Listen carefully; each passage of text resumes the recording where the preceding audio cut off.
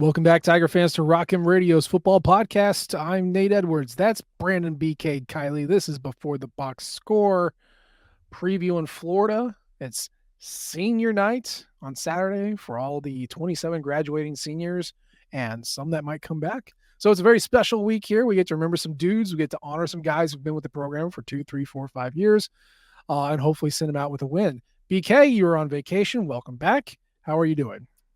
I'm doing very well. Came home with a little bit of a cold, so if I sound strange to you relative to my normal ridiculous voice, that's just because I'm a little bit under the weather. I'm mostly feeling fine though, and I'm feeling fine because we got to see just an absolute butt whipping on Saturday. Just a good old fashioned butt whooping.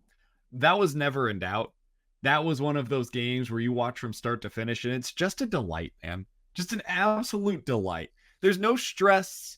You're just enjoying every second of the football game. I was at a brewery down in Austin, Texas while we were watching it. I got the end of the 11 a.m. kickoff slate, so they had on the big jumbotron they had while we were at this brewery. They had the Michigan game on first, so we got to see the ending of that, and then they flipped it over to the Mizzou versus Tennessee game. And man, it was great to just not have to worry about any of it.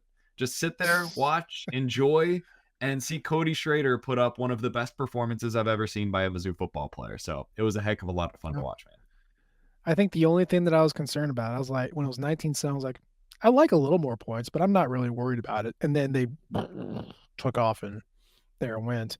So you said Cody Schrader. You have had some time to stew on this, to marinate on it.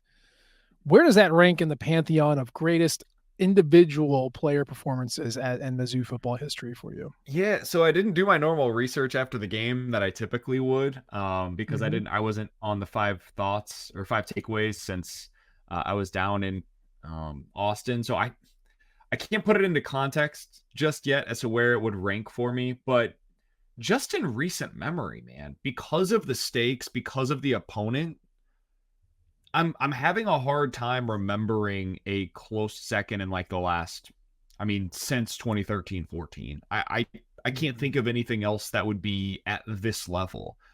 Because as much as like, yes, it was a convincing win, which kind of I think almost undersells how good of an opponent that was and how big of a game it was. That was a really big game, man. Missouri just took down a legit top 15 team nationally, and they did so without really much of a sweat. And it was because of what we saw from Cody Schrader. Like the guy was unstoppable, and it was from start to finish. There was never a moment in that game where there was a thought to go with anything else other than just continue giving the ball to him. And he ended up touching it 40 times over the course of the day. So I would say it has to. I can't think of another one recently that would rise to that level. Did you have one that immediately came to mind for you? No, I had an opportunity to walk through, memory lane of some of these great individual performances. You know, I think it's the position itself, like the position of running back lends itself to feeling much more dominating than like a receiver, right? Because when Denaro Alexander was going off in November, like, yeah, individual games were good, but it was still like 10 touches, right? And like the catches were tremendous and he like bounce off dudes or like get a first down without his helmet on, but like it didn't feel, you didn't get that repetitive over and over, like you cannot stop this guy. It was just these moments. So you really have to think about quarterbacks, right? Like, but they're throwing the ball to somebody. And a lot of Missouri's best quarterback moments and even some of their best receiver moments, I was walking through it, they came in losses, right? Blaine Gabbert was the king of, masterful performance in a losing effort. Justin Gage, one of the most dominating receivers I've ever seen in my life, was doing it on terrible Mizzou teams. And like his best was staving off an upset from Bowling Green, in which they did lose eventually. So it's like, this has to be up there for me in multiple terms. Number one, the term of dominance, because yes, other than the Elijah Simmons sumo takedown, like there was never a part where you're like, oh, is Cody going to be okay? No, everything was fine from the jump, like you said. Number two, the quality of the opponent. I agree. It was a ranked opponent who had something to play for, who was it was a good team, both as a team and as a defense. And then just the manner in which they dispatched them. Like there's no question. I don't know if you saw it. Did you see the graphics that went up of players who had gone for 100 rushing, 100 receiving, and then players who had gone for 200 rushing and 100 receiving. Did you see that one come up there? I saw the 100 rushing, 100 receiving. I was able to read your piece, breaking all of this down over from Beyond the Box Score. So I saw that put in there of the guys that have done it, and it's amazing. Percy Harvin, Dexter McCluster, Chris Rainey, Alvin Kamara, Daryl Williams, Cody Schrader. So that's the 100 and 100, but I don't believe that I saw the 200 and 100. Yeah.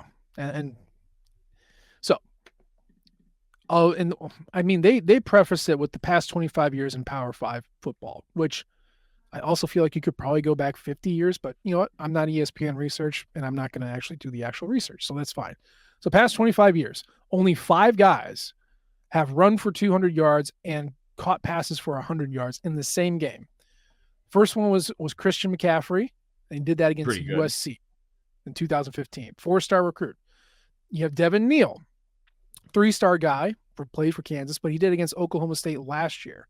Steve Slayton, one of my favorite backs of all time at West Virginia in 2006, did it to Pittsburgh. And then Joe Mixon, you know, the all-wonder blue chipper 5-star running back, did it against Texas Tech.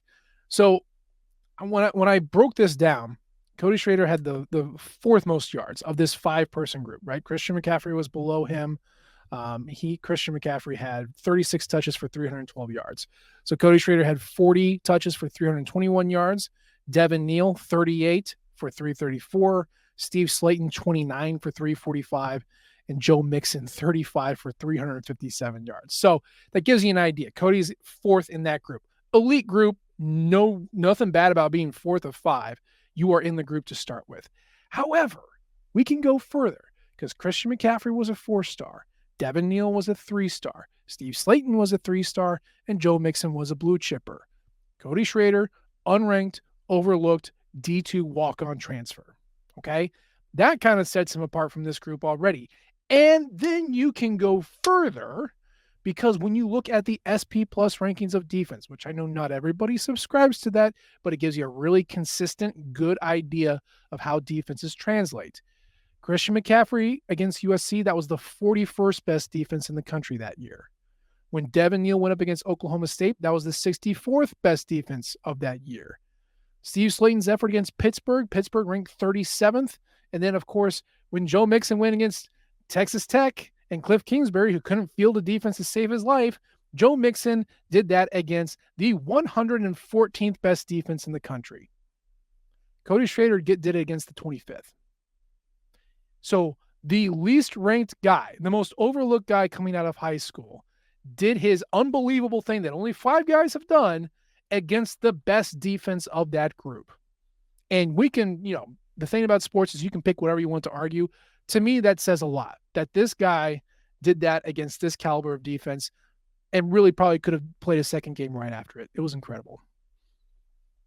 It was amazing to watch. And when I think of like some of the other big time performances from Mizzou, man, some of them are in bowl games.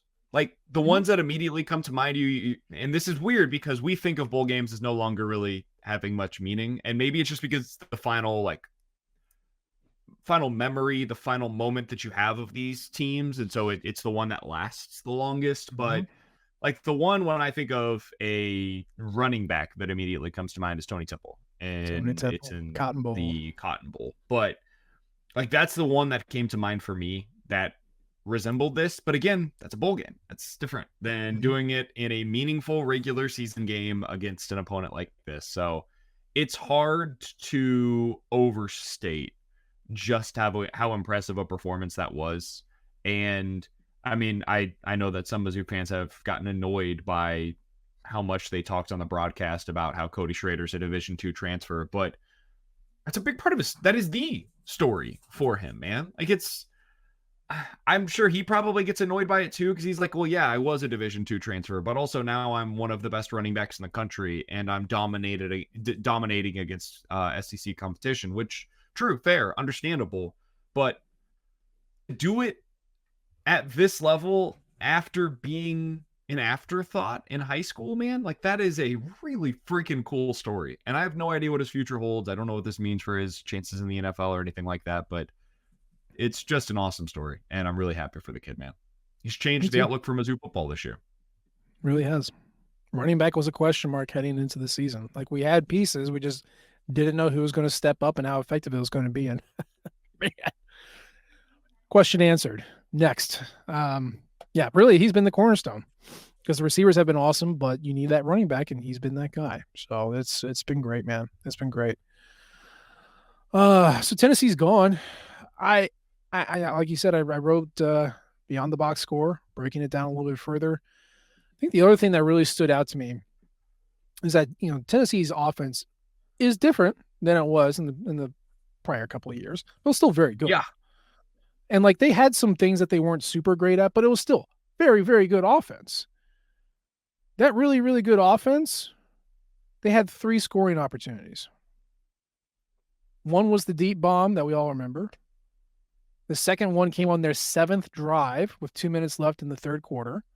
And then the third time was their very last drive when they missed the field goal. So this great offense had 3 scoring opportunities, which means they only crossed Missouri's 40 twice. And to take it even further, they ran 13 plays across Missouri's 40-yard line over 60 minutes. Do you have, out of curiosity, their rushing success rate on the season? Like individual game success rate for Tennessee? Yes. So heading into this game, like before they played Missouri, Tennessee's rushing success rate was 52.5%. So what was it more by than game? Do you have it broken down by game? I do not have it broken down by game. Okay. But I can tell you right now, after playing Missouri, it is now 45.7%. It was 27% in this game. It was half of what their season success rate was. That's why I was curious. I wondered what if this was their lowest success rate on the ground. They came into this game, man, as like arguably the best rushing team in the country. And their running backs combined for 2 carries of 10 or more yards. 2 on the entire day. They were completely bottled up in the running game. And when you do that against this Tennessee team, they have no chance. None. Their running backs on the day, 7 for 22, 3 for 20, 3 for 5. Boom, end of game. No chance. No chance. Their leading rusher on the day was Joe Milton with 36 rushing yards, dude. 36. That is impossible against this team to have that kind of success defensively. And oh, by the way, for the vast majority of the day, Missouri did it without 2 of their 2 top linebackers on the football field. That's crazy. That's crazy. And not only that, but they played a 3-man defensive front, like almost the entire game. They did what they tried to do against Auburn. Well, in the SEC championship game, but they just did it successfully. Yeah. They had better interior linemen is what was the difference. Or remember like the meme from Leo. Yeah. Oh no.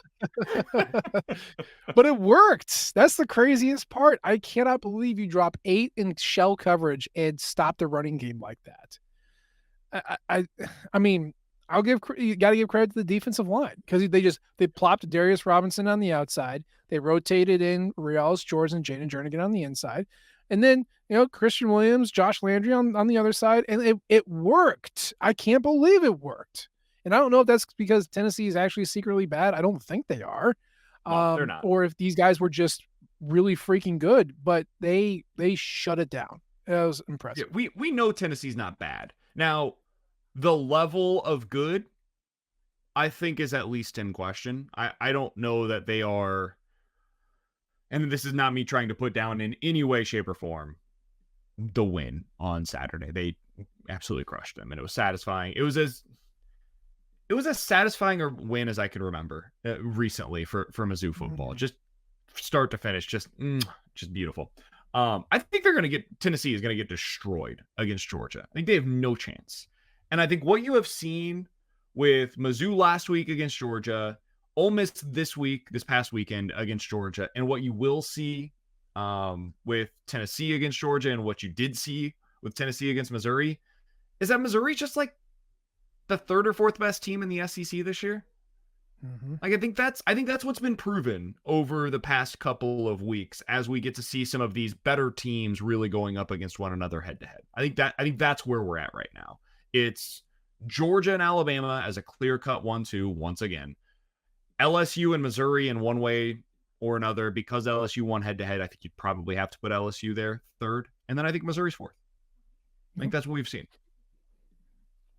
I'm not going to disagree. Ole Miss would probably be fifth, and then everything else kind of shakes out to whatever beyond that.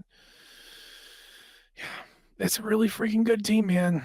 And like they played LSU and lost, they played Georgia and lost. 19 points between two games.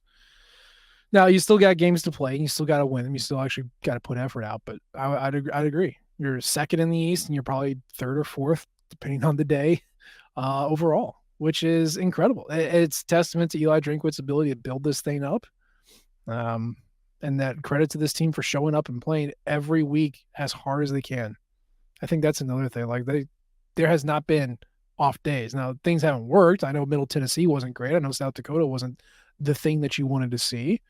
But that's all forgiven because we got K-State and we got Kentucky and we got South Carolina and now we got Tennessee. And that is who this team is. They just needed that ramp up period. So that's incredible, man. I'm going to go back and watch Tennessee again. Yeah. I'll watch it tonight. It was a fun game. I guess now would be a good time to have this conversation. I've been thinking a lot about what this all means, where we're at, just the big picture of life, right? The grand scheme. What are we here for? All those things. And Nate, we're people that talk about eating our vegetables a lot. And understanding who you are and not expecting it to be more than who you are, right? Yeah. Who is Mizzou? That's really what I've been wondering in the last couple of weeks. Has this changed your thought? I don't know. I don't know. And the reason why, Nate, is because not always, in the last few years, I've really kind of come to grips with the fact that maybe it was just Gary Pinkel. Like, maybe Gary Pinkel is just one of the best coaches in the history of college football, and we're going to have to understand that in the SEC, Missouri's peak years are now 8-4. And that's just kind of the way it's going to be. 9-3, maybe. You get a couple of breaks that go your way. If you recruit really well here or there, like maybe everything comes together and maybe you could have a really special season that gets to 10-2, but like, it's just kind of the way it's going to go. And it is what it is, and there's not really much that you can do about it. I'd kind of come to terms with that, honestly. It's a pretty good way to live, honestly. Didn't really bother me. Hey. It is what it is. That's how it is for most teams. They don't necessarily admit it, but that's just the reality for them. Going into every season is, we're not really fighting for anything meaningful here. We're just here to have a good time, hopefully. And this season makes me question that. Because as I went through and looked into how often teams across the SEC since 2013 have won 10 or more games, I came to the realization, man, a lot of these teams don't do it. Yeah, a lot of these teams think they're really good, and they're not actually all that good. Because Alabama's done it every single season since 2013. And then there's a whole lot of wannabe Alabamas. And then there's Georgia. Georgia has done it 6 times since 2013. And most of them have come like in the last 7 years. They're really freaking good at this stuff. And then it's everybody else. So Missouri, Ole Miss, LSU, Florida, and Auburn have won 10 or more regular season games twice since 2013. Twice. All of them are tied for the next most after Alabama and Georgia. Well, Mizzou has a chance this year to win 10 or more games again for the 3rd time. Ole Miss has a chance this year to win 10 or more games during the regular season for the 3rd time. Nobody else does. Other teams in the SEC. Tennessee has won 10 plus games in the regular season once since 2013. One time. South Carolina, 1 time. Mississippi State, once. Kentucky, 0. Arkansas, 0. Texas A&M, who just fired its head coach, justifiably in my opinion. Jimbo's terrible. 0. 0 10-win regular seasons since 2013. Nate, they've done it once in like the last 25 years. It was Johnny Manziel. Yeah. Vandy obviously has not done it either. I didn't feel like we needed to mention them, but they haven't done it. That's for good measure. You jerk. Yes, you're right. So as I look into all of this and I see, okay, so after the season, Missouri will have more 10-win regular seasons since 2013 than LSU or Florida or Auburn or Tennessee or Kentucky or Arkansas or Texas A&M. Maybe they're okay. Like maybe this is a good job. Maybe the expectations aren't crazy out of whack compared to what they are like all of the schools that I just mentioned. And you can win pretty well here, and you can recruit at a reasonable rate here, and you can, with the new NIL rules and transfer rules and everything else that is kind of in your favor here, you can actually do pretty well. Like maybe this is still going to be the program that we thought it was under Gary Pinkel, in that most seasons you're expecting 7 or 8 wins. Every 4 or 5 years, like basically once every graduating class, you can have a special peak ceiling year like we're seeing right now where you win 10 plus and you've got a shot to be able to punch up and win a division title. Like maybe that stuff's still going to exist after the SEC expansion. Maybe the new schedule isn't going to change all that much about it, because Missouri this season has played against legit top 15 opponents. It hasn't mattered. They've gone up against them and they've beat them for the most part, other than LSU and Georgia, both of which were very winnable games. So I don't know. I say all of that to say this, like, does it change your opinion long term? Because it kind of does for me, honestly. Okay. Here's the thing. I when I do my count the ifs at the beginning of the season, I always talk about last point, no matter what number it is, 11, 12, 13, 14, 15. The last point is always astral assistance. And I yanked that straight from Bill Connolly, the blogfather. And it means in college football, you can recruit better than everybody else. You can assemble the best staff in the world. You can have the most focused team of all time. And at the end of the day, you're going to have 1 or 2 games where you are in a dogfight and something's got to go your way. Now, the really well-prepared teams, the talented, well-prepared teams tend to win those games. You win those games with elite quarterback play, great special teams, and smart coaching tactical decisions. I think that's true for winning any college football game. You have to recruit great. You have to have an elite staff. You have to have great players. You have to have them ready. And then you got to hope for a little bit of luck if you're in a dogfight. And I think, you were talking about records, 10 wins, regular seasons. And like when you sent that to me, whenever that a couple days ago, I could not believe it. Could not believe it. It makes a lot of sense. The SEC is tough, but like it is hard to do. And because it's so hard to do, I feel like there's got to be a little bit of luck. So I would say my opinion doesn't change because, again, I'm looking at the advanced stuff because I'm a big old nerd and I like to pee on everybody's parade. I think Missouri is still in the same window. For year 1, 2, and 3, you're sitting at like 8 points better than the average team, 11 points better than the average team. And then your peak year is 14, 15, 16, 20, 21. And you got to hope that those 20, 21, or 14, 15 years coincide with double-digit wins. Because, again, it's about the quality of the team and not so much about wins and losses. Now, in 07 and 13, yeah, great teams. They got their wins. Even the weird 14 team that was all defense and just explosive offense, they still did it. But, you still have like an 18 team, like Odin's team, who was not good, well coached, had a lot of talent. It was a peak year, 8 wins. 8 wins because you didn't get lucky and you didn't have good coaching. You still peaked, you still got up there, but you didn't have the win total. So I still think Missouri's trajectory is woo. And you just got to hope that a good coach like Pinkel or Drinkwitz can get those wins and get a little bit lucky too. Okay. Like in one possession games. Let me say this a different way. I think Missouri is a job that Eli Drinkwitz shouldn't leave. That is my thought. My take is this. I think that Missouri's a really good job if you're a head coach. It's a really good job. It's in the conference that matters. You can win things that matter. And your fan base is, for the most part, pretty reasonable. Now, there's going to be moments where you get frustrated with it, just as there are anywhere in the entire country. But, man, this fan base was pretty damn reasonable early on in the Drinkwitz era. And this is going to change. Like, now that you have a peak year under Drinkwitz, people are going to expect better, right? They're going to see 7, 8 wins, and they're going to be mad because it's 7 or 8 wins. That's fandom. This is how it works. We all know that.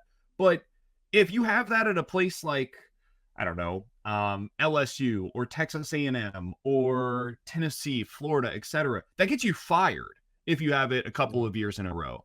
At Missouri, if you have it a couple of years in a row and it's followed by a 9-3 or a 10-2 season, it gets you a statue. That's the difference. And Yeah. when you have that available to you and you have the money that is currently available to Eli Drinkwitz, where he's hiring the coaches that he wants, he's getting the developments with when it comes to facilities that he's asked for, he's got NIL like very few have available to them right now. Like, you've got pretty much everything you've asked for with reasonable expectations, a fan base that's buying into your program. Now, if Ohio State or Georgia or Michigan come calling, like, sure, okay, yeah, that's different. That's a blue blood program that every coach in the country would wants to coach for. Barring that, I'm not leaving Mizzou if I'm Eli Drinkwitz. And I'm not even saying that as a homer. I just think it's a good quality of life as a head coach, man. I think Missouri's status as far as jobs go has been elevated 3 times. Number 1 was when they made the move to the SEC. Because again, it's the conference that matters. If you win it, you get the benefit of the doubt. Hell, if you're good in it, you get the benefit of the doubt. That was the first thing that elevated Mizzou's status. The second was the NIL investment. Historically, Missouri has not invested as much in their football program as others in the SEC. We all knew it. Everybody knew it. Gary Pinkel even said it when he's like, if you're going to make this move, you got to make the investment to match. Like, it was the worst kept secret in the world. And I think when NIL came along, we just kind of figured, it's going to be the same old, same old. And either because it's now clean and good to do, at least for now, or because we have an incredible salesman as a coach, that NIL fund is competitive with most programs in the SEC. That was the second thing that elevated Missouri's status. The third is going to happen next year when the playoff expands to 12 teams. Yep. Because again, you have the benefit of the doubt being in the SEC. You might not even win it. Again, we might be in SEC baseball territory now, where it's harder to get into the SEC championship game than it is to get into the playoff because the SEC is so tough. But when you expand to 12 and you have those, those not auto bids, but you get like a buy-in, like, okay, what's the rest of the field? If you're sitting at 2 losses and you don't have to take another L on championship week and you've beaten LSU or Georgia or Alabama or, Texas or Oklahoma or A&M, and you're just sitting at 2 losses, that's going to be very attractive, I would think, to the playoff committee. Maybe certainly not a 1 or a 2 seed, but if you're in the dance, that's all you got to do. So I think Missouri's status has absolutely risen, and I do think it's a better job now than it was 10 years ago, which means you should be able to attract good coaches and keep this, competence train going on. All right, so we're not following our rundown at all, but there's some news that we're recording this on Tuesday night. So by the time you're listening to this, you certainly know what I'm about to reveal to Nate. Nate, where do you think Mizzou is ranked in the college football playoff rankings? They were just released moments ago. Don't look this up. Yeah, so before the show I said 11th was going to be my guess. They're 9th. Hot damn. They have moved ahead of Louisville and Oregon State. Oh, they're ahead of Louisville? They're ahead Benefit of the doubt, SEC, baby. They jumped 5 spots in the college football playoff rankings. The only teams ahead of them are the undefeated 5, Georgia, Ohio State, Michigan, Florida State, and Washington. And then the 3 teams that matter with 1 loss, Oregon, Texas, Alabama. In other words, it is the 8 teams that matter when it comes to the college football playoff, and then Mizzou. And this is where I find it to be really interesting, Nate, is even if it was an 8-team playoff, Missouri would be alive for an 8 because Michigan and Ohio State play each other. And because Washington still potentially has another game against Oregon, and if that game goes in favor of Washington, Oregon might drop down.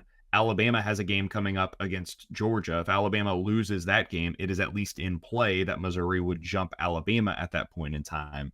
Like, there would be a chance, and none of this matters because it's not an 8-team playoff. It's not a 12-team playoff. Missouri's not alive for the playoff. But I have been saying for the last few weeks, I think 8 is the right number.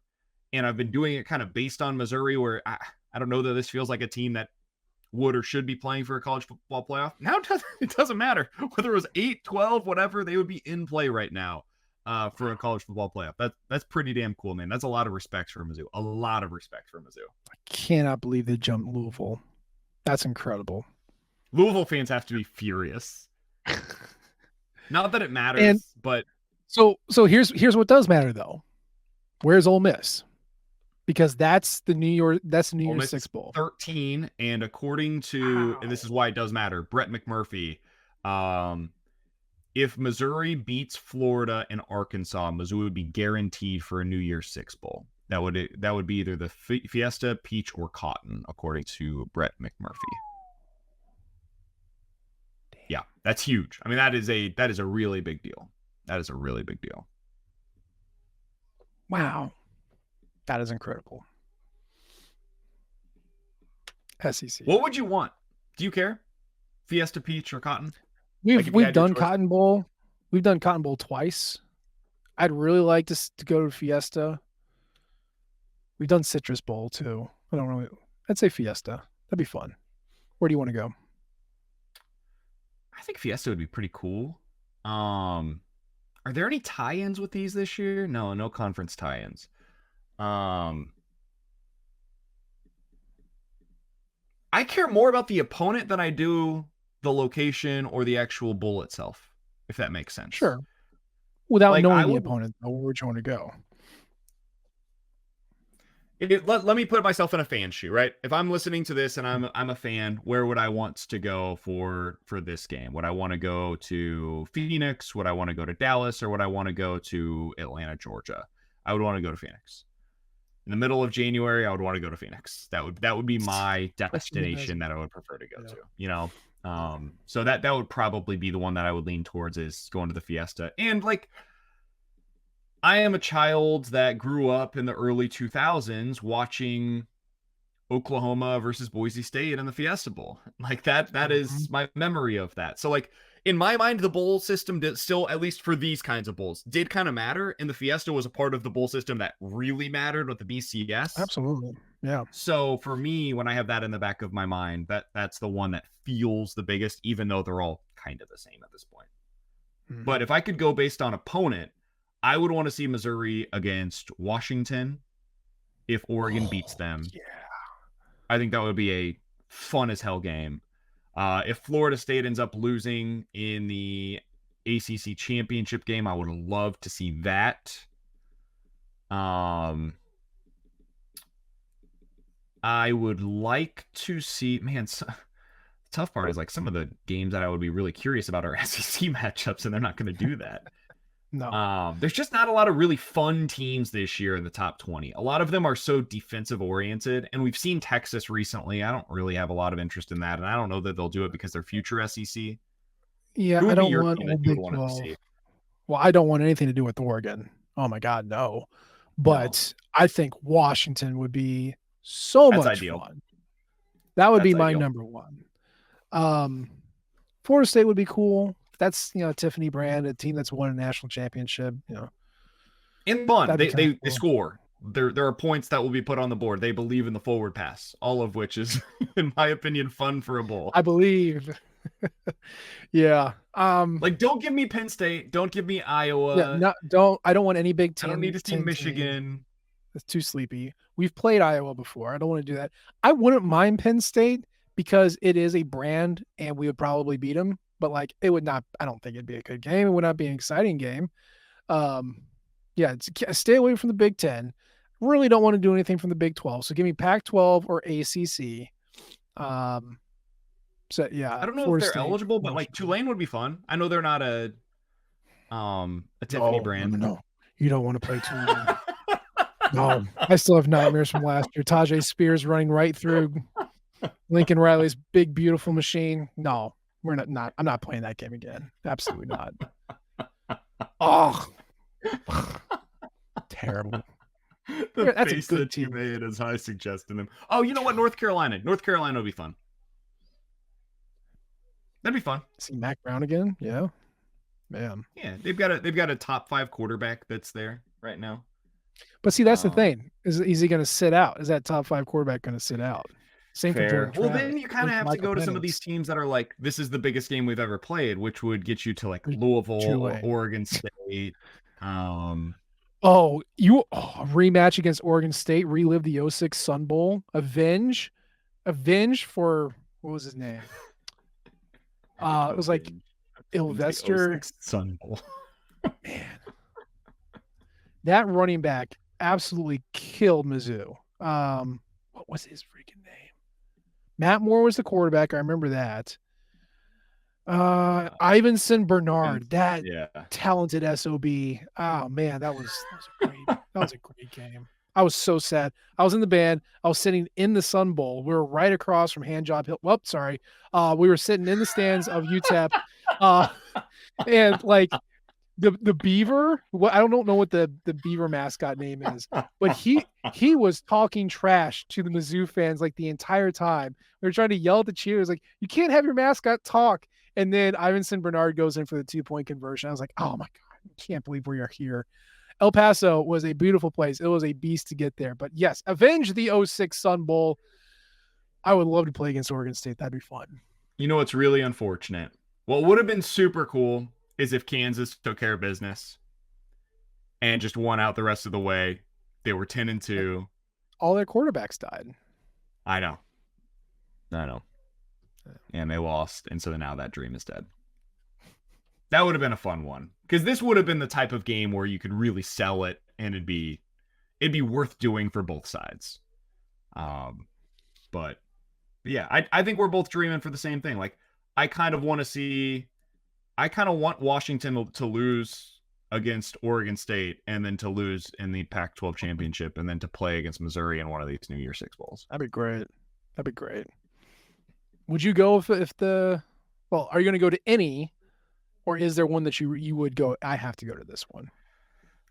No, just because like I've got so many other vacation travel plans around this time of year that it won't logistically be feasible for us. Um, but if I were to go to one again, I really do think it would be Phoenix. I think that would be an awesome time in January, dude. New Year's, go down there for All the snowbirds down there. Yeah. yeah. That'd be awesome. I would go there. I'd go there. Yeah. Atlanta's nice too. I've been to Atlanta many times. Yeah, but it gets cold in Atlanta and it gets cold in Sometimes. Dallas. Yeah, I'm good on that. Yeah, it's all right. Although going to Jerry World that's a different kind of experience. And Mercedes, but like the stadium experience for both of those is top notch. You can't really beat it in either Atlanta or Dallas. The only NFL stadiums I've been to are the Dome, St. Louis, and then Kansas City. And so Kansas City is very much like a college stadium. So I have not been to like the fancy, like, Cadillac NFL stadiums that have been popping up recently. But sorry, Mercedes, because that Mercedes is on the freaking thing. Anyway. Okay. 9th. Take care of business, guys. That's awesome. Take care of business. That's awesome. So if they won out, they would have a chance to finish in the top 5 or 6 this year. Top 5. That's insane. That's insane. 2007 did it. 2013 did it. You'd be right up there as far as end of year ranking. Yeah. Good for them. And to think 3 weeks into the year, we were booing our quarterback when he was introduced. What a weird, wild swing of events we have had this season. It's good to be a Tiger. We don't get to talk about that enough. It's a good year to be a Tiger. Hey, let's pivot to something crappy. No, I'm only half kidding. Just to keep making sure that we got our news items covered. If you didn't see it yesterday, Missouri got its first transfer portal loss. Ring the bell. It's been ding ding 322 days since we had a portal loss. Start the clock all over again. Valen Erickson, a backup offensive tackle, who I didn't know this, apparently has not been on the team since like the 3rd week of August, officially made it known that he was going to enter the transfer portal. RIP Eli Drinkwitz's Chicago recruiting pipeline that started with Valen Erickson and apparently is now dead with Valen Erickson, but he is no longer with the team. He would have been a 3rd-year player heading into next year. And considering the losses on the offensive line that we are for sure going to have, feel like he would have been in play. I don't know how he does as far as depth or talent or anything like that, but it is a hit to him, to the offensive line. Missouri was already going to have to look for some additions on the offensive line no matter what happened. This seems to kind of push them even further in that direction. BK, any other thoughts outside of that? It's pretty much it, man. I mean, you look at what they're going to have next year. You're going to have to figure out what to do at left tackle. Foster That left side of leaving. the You're going to line. yeah, that left side with Delgado. I would assume Indoma Ogar probably gets the first crack at that, Probably. barring an addition from the outside. But otherwise, you've got the right side. You got the right side coming back. You've got a little bit of depth. Like most of your backups from this year will Mm-hmm. return next year as well. So you could be in a worse spot. I mean, I didn't even mention Logan Reichert, who very well could factor into that conversation at the left guard spot going into next year as well as his second year on campus. Sure. That's when you start seeing these guys kind of cracking the two deep really in a meaningful way. So, all things considered, like compared to where we have been in previous seasons, Nate, they're okay on the offensive line. You'd still like to see upgrades, and the depth can always be improved. But while disappointing that you lose anybody, this is not the worst thing in the world. No. So good luck to Valen. Hopefully he ends up where he wants to end up and can play. I think he's got like 3 years left. So hopefully he can play and see the field and enjoy his college football experience. So I mentioned at the top that this was senior night, or it's going to be senior night on Saturday when Missouri takes the field against Florida. There are going to be 27 guys who will be honored for senior nights. Now, that doesn't mean that all 27 are leaving. There are some who have hit the senior mark and still have the bonus COVID year if they want to take it. That will all be discussed, analyzed, decided after the season is maybe done now, but we'll find out after the season is done. But just to cover our tracks and go over everyone who is going to be honored pregame on Saturday, we have Chris Abrams-Drain, Chad Bailey, Jalen Carlisle, Joseph Charleston, Mookie Cooper, Xavier Delgado, Javon Foster, Niles Gaddy, Realis George Jr., Cayman Hayes, Sean Hendershot, Tyron Hopper, Peanut Houston, Jaden Jernigan, Marcellus Johnson, Josh Landry, Micah Manning, Harrison Mevis, Nathaniel Pete, Bency Polgar, Enos Rakestraw, Darius Robinson, Cody Schrader, Tyler Stevens, Ben Stratman, Theo Weiss, and the Aussie Royley Williams, a punter who was in the first 3 games and we haven't seen him since. That's it. Now, some of those guys can come back. And in fact, we know for sure that some are going to be coming back, but those are the ones that are going to be honored. I don't really have any analysis about outside of that because we don't really have any idea of what's going to happen. But BK, there's your 27 seniors. I'm gonna name 4 players. You tell me because you're more aware of this stuff. Because the COVID year, man, it messes with my brain. I got my tracker ready. Mentally fried with it. Yes. J.C. Carlisle eligible to return. He has not taken a red shirt year. He could come back if he wants to. Mookie. He also, well, he is a red shirt junior. He could come back if he wants to. He's got 2 more years if he wants it. Niles Gaddy. Done. Done no matter what. Done no matter what. Big done or just like kind of done? Like big done. Like you are in your 6th year. You cannot do anymore. That's a bummer because I was excited about him. Theo Weiss. Theo Weiss can come back if he wants to. Those are the technically 1 year left. Yeah. Those are the 3 that I'm most curious about. Carlisle, Mookie, and Theo Weiss. I don't know. I don't know. I don't know what they want because like for some guys, they just don't want to be in college anymore. And they're like, I had my good experience. This was a really excellent year to finish on. Like that's part of the factor for a lot of these guys, I would imagine, is like, hey, listen, man, is it going to be better next year if I come back? I mean, the odds are against it. Like, let's just be honest. The odds are that this will be the pinnacle of whatever it is that any of these guys ever do at the collegiate level. So I get if that's part of the thought process as well. A lot of these guys have been through a ton at Mizzou. Like, think about what Carlisle has done since he stepped foot on campus, man, and the different eras of Mizzou football that he has seen. If he just wants to go out while he's had a good season and he had a lot of fun and he had really good teammates and like the vibes around the program seem to be immense right now, I don't blame him. that makes sense to me. I get it. Maybe he wants to go elsewhere and just be like, hey, I had my 4 years at Mizzou. It was a hell of a lot of fun. I had a blast. I'm gonna go play one more year somewhere else, and then I'm gonna go take my chances at the NFL. Cool. I get it, man. Go do what you got to do. But for a guy like Mookie, I kind of would like to see him back next year. And I Theo Weiss is the one that's really interesting to me because I think he could go to the NFL. I do wonder. I don't know that he's really going to change his draft status by coming back another year. All it really does is make him a year older. So I get it if he's going to go ahead and take his shot now as well. But those are the guys that really jumped off the page to me. Were there any others for you that you think, maybe this guy be an interesting decision to see if he comes back or not? Well, I think everyone's like, can Cody Schrader come back? You know, this is it. This was always going to be it. And just in case anyone's wondering, Brady Cook has 2 more years left if he wants it, which is a very funny, very crazy thought to think. Theo and Mookie are the most important to me because Luther has to come back next year. Well, he could transfer somewhere, but he cannot go to the NFL is my point. He cannot make that jump yet because of the rules that are in place.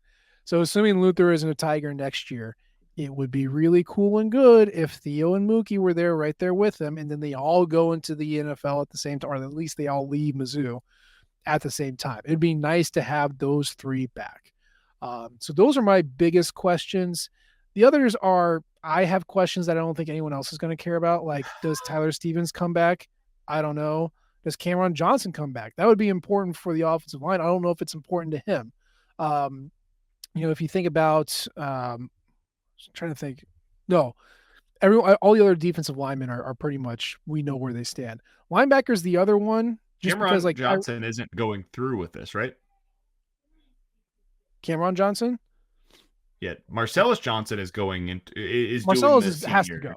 He has to go. Right, but I'm talking about for the send off. Cameron's not even a part of it, right?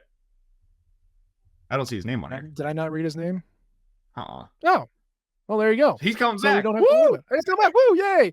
All right. Cameron. Question answered. Question answered. Good one, wife. Did you know Tyrone Hopper has another year left if he wants it? I did.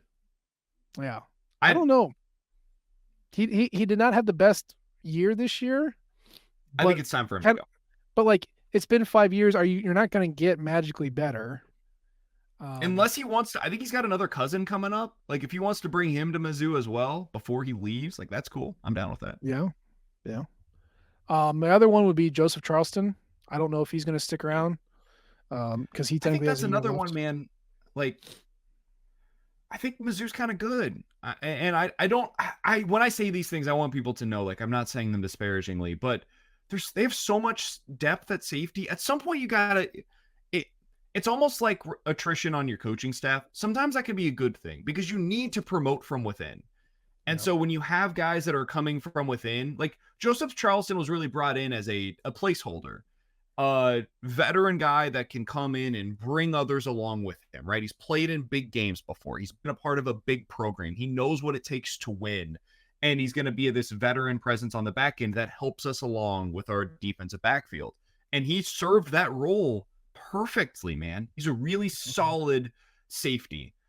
And I think now what their hope probably is and should be is, do we have guys that can take what Joseph Charleston did for us and run with it now? Can they be what he was, but maybe a slight tick faster, slight tick bigger, little bit of a better hitter, a little better tackler, all of these different things that you are looking for in a safety? Can they be all of those things? And now it's kind of time to find out. It's time to see what those guys are capable of. So I would say my guess would be it's probably time for him to either move on to the NFL or try his chances there, or spend his final year maybe doing something elsewhere, unfortunately. I mean, and keep in mind, the business end of this sport, there are going to be guys who say, I'm coming back. And the staff goes, not here. Not here. That's great. Go find somewhere else to play. And I don't know. I'm not reporting this. I just have a really good intuition that that's what happened to Trajan Jeffcoat last year, because he said he was coming back, and then next week he was at Arkansas. And I'm pretty sure he did not run it past his coaches, and they said, no, thank you. Go somewhere else, please. And You can do that. That's totally possible. So, I mean, some staffs are more aggressive with that. Think Colorado. Others are a little Yeah. bit more accommodating. Think Clemson. But for the most part, the staff is going to have the final say on this sort of thing. So just because they're transferring doesn't mean that, it was their choice. Just keep that in mind. But yeah, this senior class, I mean, yeah, you talked about Jalen Carlos. His first year was the pandemic year. You want to talk about a weird way to get into college football. And that's what a lot of these guys are. 2019 guys were, freshmen right before it. So they didn't really see the field until the weird year. That's an odd class. They've gone through a lot, not just on the field, but off of it too. And that's true for everybody who played through the wonky 20 year. So yeah, I think there might be some guys who are like, I'm good. I don't need 6 years of this. I've had my fill. Want to talk about Florida? Sure. They stink. I'm mostly being facetious. They're obviously a competent SEC team, but my God, they do one thing well. Their defense is a mess. They will dominate teams that they are much better than, and then any team with a pulse, like, oh no, we're in a dogfight. Oh, we barely beat South Carolina. The thing that's propping Florida up is that they beat Tennessee in week 3 out of nowhere. And so there's always that threat of, oh, geez, does bully ball work? And take another couple guys down. They need 2 wins and they have 2 games left. So there is some desperation there. But man, their coaching staff cannot count to 11. The number of times they've gotten penalties for not having enough guys on the field is numerous and noteworthy. Their offense, like I said, does one thing, which is run the ball, and they cannot really pass to save their life. It's a one-dimensional attack and a leaky defense. This should be a slam dunk win, and I don't know. It's a really weird season, BK. Really weird. It's South Carolina all over again. That's what this is. South Carolina and Florida, while going about it differently, are basically the same team. Like they do one thing well offensively, and if you stop that, they have no hope, no prayer of doing anything else. And they've got defenses that just frankly aren't very good. And it's no coincidence that when they played against one another, it was a high-scoring shootout where neither of them could figure out ways to get stops, and in the end, it came down to a 2-point difference. Like, Yeah. that's who they are, man. Those teams are kind of the same. And so Missouri has a chance to do against Florida what it did against South Carolina, which is early and often remind everybody who the better team is. This should be another one of those business trips, like, and obviously it's at home, so you're not going anywhere, but you go in there, you take care of business, and you get out of there with a win. And you should be able to get things going offensively through the air. If you want to just go ahead and give it back to Cody Schrader 40 times, probably do that against this defense. Heck yeah. You can do whatever you want to. Whatever you want, they're happy to give it to you, man. It's like going to Burger King. You can kind of have it your way in this one. One of the things that really stood out to me when I was breaking this down was the recruiting rankings of the players that they are starting. Now, again, recruiting rankings in high school mean nothing once you're 2, 3, 4, 5 years into college. I understand that. I also understand that this is the State University of Florida, a very talent-rich area, a school that has won multiple national championships this millennium. 72% of their starting offense is 3-star guys, like 5.5, 5.6 3-stars. They're starting a walk-on. They have 2 4-star guys, 0 5-star guys. Now, I know Dan Mullen couldn't recruit. I know Billy Napier brought a bunch of guys from Lafayette with him. I know they took a bunch of transfers to fill in the gaps, and those can be FCS guys or, G5 guys or just lower, depth guys on better teams. I understand all of that. This is still Florida.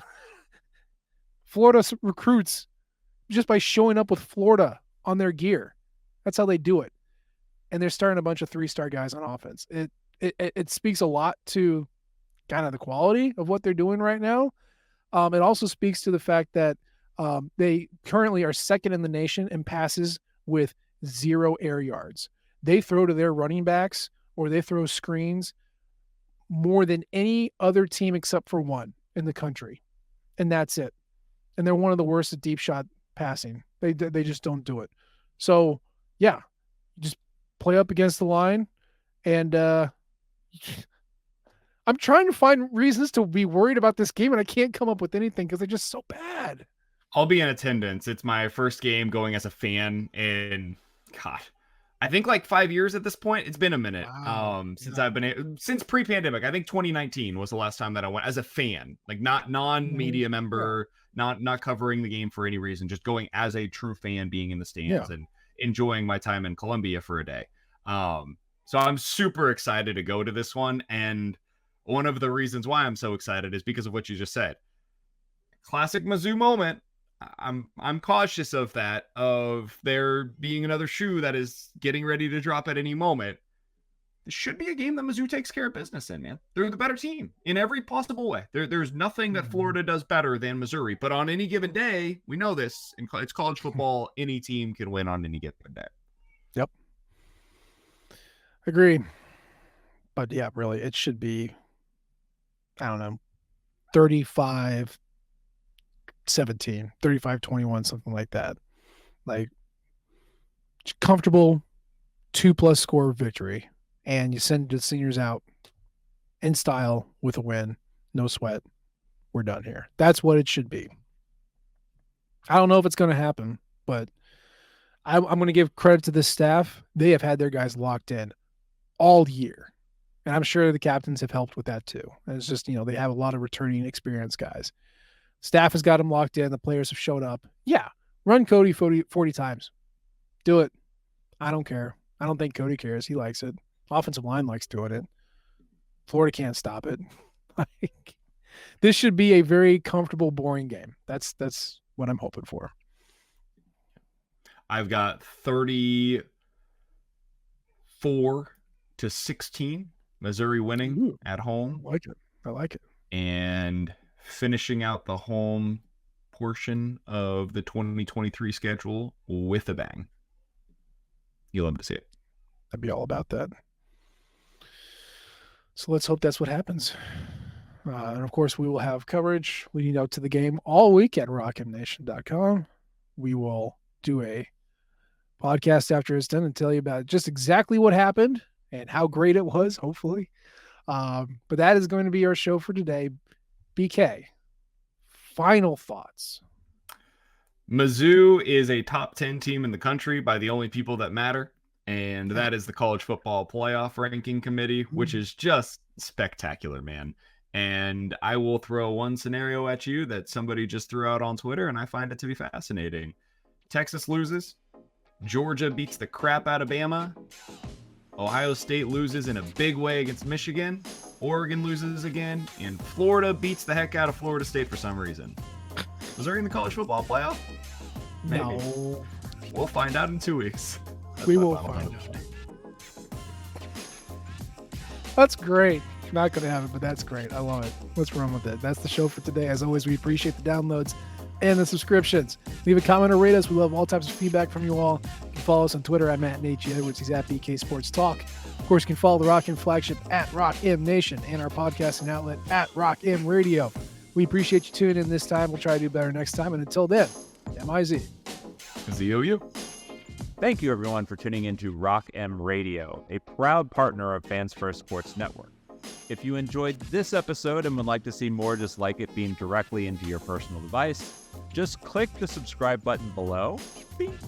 And you can find this podcast through the Apple Podcast app or for iPhone, or the Google Podcast app for Android, or whatever app you use to listen to your podcast. We are also available on Spotify. Just search for Rock M Radio. And if you like other sports, Fans First Sports Network is a podcast network that has coverage of all other teams, Major League Baseball, MLS, NFL, whatever you want to listen and read about. It is a great network full of really fantastic podcasts. So look them up and subscribe to any and all of those podcasts. Rock M Radio will be back with more episodes coming soon. Thanks.